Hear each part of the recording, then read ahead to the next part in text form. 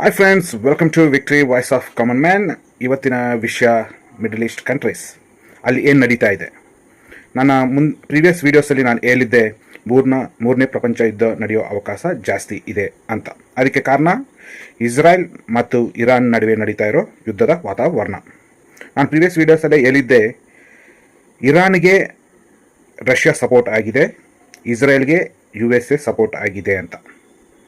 ಆ ಬೇಸಿದ ಮೇಲೇ ಇವಾಗ ಇವರಿಬ್ಬರ ಮಧ್ಯೆ ಭೀಕರವಾದ ಯುದ್ಧದ ವಾತಾವರಣ ನಡೀತಾ ಇದೆ. ಈಗ ಇರಾನ್ ಏನು ಪ್ಲ್ಯಾನ್ ಮಾಡ್ತಾ ಇದೆ ಅಂದರೆ, ನಾವು ಡೈರೆಕ್ಟಾಗಿ ಇಸ್ರಾಯೇಲ್ಗೆ ಅಟ್ಯಾಕ್ ಮಾಡೋದಲ್ಲ, ಅವ್ರಿಗೆ ಸಪೋರ್ಟ್ ಮಾಡ್ತಾ ಇರೋ USA ನಾವು ಹೊಡಿಬೇಕು ಅಂದ್ಬಿಟ್ಟು ಅವರ ದೇಶದ ಪಕ್ಕದಲ್ಲಿರೋ ಬೇರೆ ದೇಶಗಳ ಸಪೋರ್ಟನ್ನೆಲ್ಲ ಕೂಡ ತೊಗೊತಾ ಇದ್ದಾರೆ. ಆಲ್ರೆಡಿ ನಮಗೆ ಗೊತ್ತು, ಇರಾಕ್ USA ಸಪೋರ್ಟ್ ಮಾಡಲ್ಲ, ಇಸ್ರೇಲ್ ಸಪೋರ್ಟ್ ಮಾಡಲ್ಲ. ಯಾಕೆಂದರೆ ಇರಾಕ್ಗೂ ಮತ್ತು USA ಆಗೋದಿಲ್ಲ. ಸದಾಮ್ ಹುಸೇನ್ ಸಾಯೋದಕ್ಕೆ ಮೇನ್ ಕಾರಣ USA. ಆದ್ದರಿಂದ ಇರಾನ್ಗೆ ಸಪೋರ್ಟ್ ಮಾಡುತ್ತೆ. ಈ ಕಡೆ ರಷ್ಯಾ US ಸಪೋರ್ಟ್ ಮಾಡಲ್ಲ, ರಷ್ಯಾನು ಇರಾನ್ಗೆ ಸಪೋರ್ಟ್ ಮಾಡುತ್ತೆ.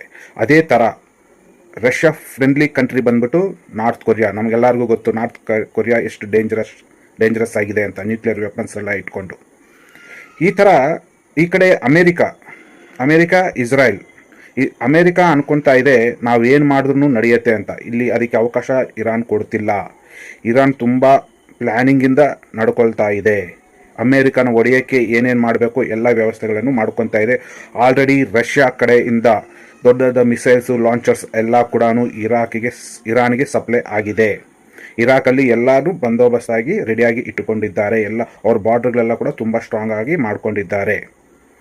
ಈ ಕಾರಣದಿಂದಲೇ ಅಷ್ಟೇ ಅಲ್ಲ, ಪಕ್ಕದ ದೇಶ ಆದ ಸಿರಿಯಾದಲ್ಲಿ US ಮಿಲಿಟ್ರಿ ಬೇಸ್ ಕ್ಯಾಂಪ್ ಯಾವುದಿದೆಯೋ ಅದನ್ನು ಅಲ್ಲಿರೋ ವಿಲೇಜರ್ಸ್ ಬಂದೂಕುಗಳನ್ನ ಇಟ್ಕೊಂಡು ಹೋಗಿ ಅಲ್ಲಿರೋ US ಮಿಲಿಟ್ರಿ ಫೋರ್ಸಸ್ನು ಕೂಡ ಓಡಿಸಿ ಬಿಟ್ಟಿದ್ದಾರೆ ಅಲ್ಲಿಂದ.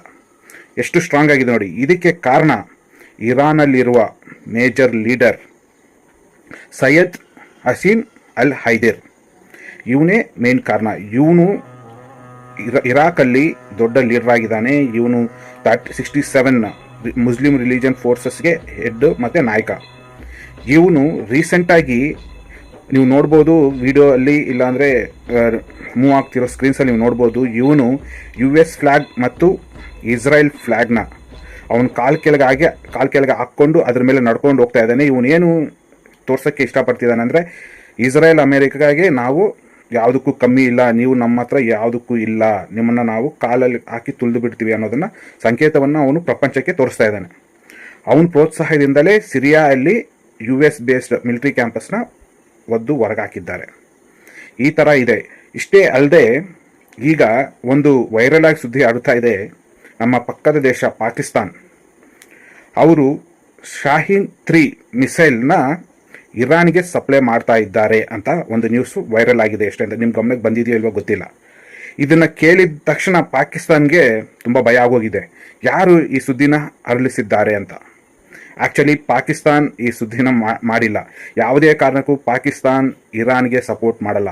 ಆ ಥರ ಪಾಕಿಸ್ತಾನ್ ಏನಾದ್ರು ಸಪೋರ್ಟ್ ಮಾಡಿದ್ರೆ USA ಪಾಕಿಸ್ತಾನ ಏನು ಇಲ್ದಂಗೆ ಮಾಡಿಬಿಡುತ್ತೆ. ಆ ಭಯ ಪಾಕಿಸ್ತಾನ್ಗೆ ಇದೆ. ಆದ್ದರಿಂದ ಪಾಕಿಸ್ತಾನ ಲಬೋದಿಬೋ ಅಂತ ಹೊಡ್ಕೊತಾ ಇದ್ದಾರೆ. ನಾವು ಈ ಥರ ಮಾಡಿಲ್ಲ, ನಮಗೂ ಅದಕ್ಕೂ ಯಾವ ಸಂಬಂಧವಿಲ್ಲ ಅಂತ ಹೇಳೋಕ್ಕೆ ಪ್ರಯತ್ನ ಮಾಡ್ತಾ ಇದ್ದಾರೆ. ಈ ಸುದ್ದಿನ ಯಾರು ಆಡಿಸಿದ್ದಾರೆ ಅಂದರೆ ನಮ್ಮ ಇಂಡಿಯಾ ಮೀಡಿಯಾ ಈ ಥರ ಒಂದು ವಿಷಯವನ್ನು ಪಬ್ಲಿಷ್ ಮಾಡಿದೆ. ಇದರಿಂದ ಪಾಕಿಸ್ತಾನ್ಗೆ ಭಯ ಉಂಟಾಗಿದೆ. ಯಾಕೆ ಅಂದರೆ ಪಾಕಿಸ್ತಾನ್ ಮೇಜರಾಗಿ ಡಿಪೆಂಡ್ ಆಗಿರೋದು USA ಮತ್ತು ಚೈನಾ ಇಂದಾನೆ. ಚೈನಾ USA ಇಲ್ಲ ಅಂದರೆ ಪಾಕಿಸ್ತಾನ್ ಏನೂ ಇಲ್ಲ.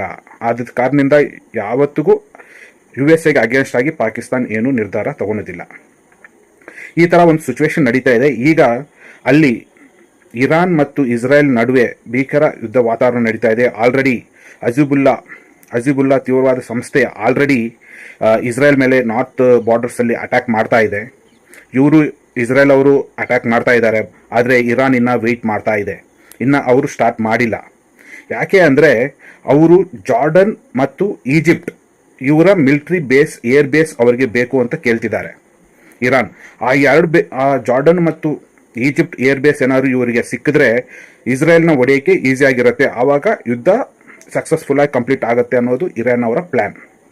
ಆದ್ದರಿಂದ ಅವರು ಕೇಳ್ತಾ ಇದ್ದಾರೆ, ನಮಗೆ ಅವಕಾಶ ಕೊಡಿ, ನಮ್ಮ ಮಿಸೈಲ್ಸ್ ಅಲ್ಲಿಂದ ನಾವು ಲಾಂಚ್ ಮಾಡಬೇಕು, ನೀವು ಅಡ್ಡ ಬರಬಾರ್ದು ಅಂತ. ಆದರೆ ಇದಕ್ಕೆ ಜಾರ್ಡನ್ ಮತ್ತು ಈಜಿಪ್ಟ್ ಅವರು ಇದಕ್ಕೆ ಒಪ್ಕೊಂತ ಇದ್ದಾರೆ. ನೀವು ಇಸ್ರಾಯೇಲ್ ಇರಾನ್ ನೀವು ಜಗಳ ಆಡ್ಕೊಂಡ್ರೆ ನಮ್ಮನ್ನ ಯಾಕೆ ಮಧ್ಯೆ ಎಳಿತಾ ಇದ್ದೀರಾ, ನಮಗೂ ಅದಕ್ಕೂ ಸಂಬಂಧ ಇಲ್ಲ, ನಾವು ಯಾವ ಪರವಾಗಿ ಇಲ್ಲ ಅಂದ್ಬಿಟ್ಟು ಅವರು ಹೇಳ್ತಾ ಇದ್ದಾರೆ. ಈ ಕಾರಣದಿಂದಲೇ ಇನ್ನು ಇರಾನ್ ವೆಯ್ಟ್ ಮಾಡ್ತಾ ಇದೆ. ಆದರೆ ಈ ಕಡೆ ರಷ್ಯಾ ಕಡೆಯಿಂದ ಫುಲ್ ಸಪೋರ್ಟ್ ಇರಾನ್ಗೆ ಇದೆ. ಇದು ಫ್ರೆಂಡ್ಸ್ ಈಗಿನ ಪರಿಸ್ಥಿತಿಯಲ್ಲಿ ನೋಡಬೇಕು ಮುಂದೆ ಏನೇನು ಆಗುತ್ತೆ, ಯಾವ ಥರ ಪರಿಣಾಮಗಳು ಉಂಟಾಗತ್ತೆ ಅಂತ. ಮೂರನೇ ಪ್ರಪಂಚ ಯುದ್ಧ ಆಗತ್ತಾ ಇಲ್ವಾ ಅನ್ನೋದನ್ನು, ಯಾವ ಕಂಟ್ರೀಸು ಯಾವ ಕಡೆ ಸೈಡ್ ತೊಗೊತಾವೆ, ಯಾರಿಗೆ ಯಾರು ಸಪೋರ್ಟ್ ಮಾಡ್ತಾರೆ ಅನ್ನೋದು ನಾವು ಕಾದು ನೋಡೋಣ. ಇದ್ರ ಬಗ್ಗೆ ನಿಮ್ಮ ವ್ಯೂಸ್, ನಿಮ್ಮ ಕಮೆಂಟ್ಸ್, ನಿಮ್ಮ ಅನಾಲಿಸಿಸ್ ಏನಿದೆ ಅನ್ನೋದನ್ನು ವಿಡಿಯೋ ಕೆಳಗೆ ಕಮೆಂಟ್ಸ್ ಮೂಲಕ ತಿಳಿಸಿ. ನಾವು ಮುಂದೆ ಇನ್ನು ಇದ್ರ ಬಗ್ಗೆ ಚರ್ಚೆ ಮಾಡೋಣ. Thank you. ಜೈ ಹಿಂದ್.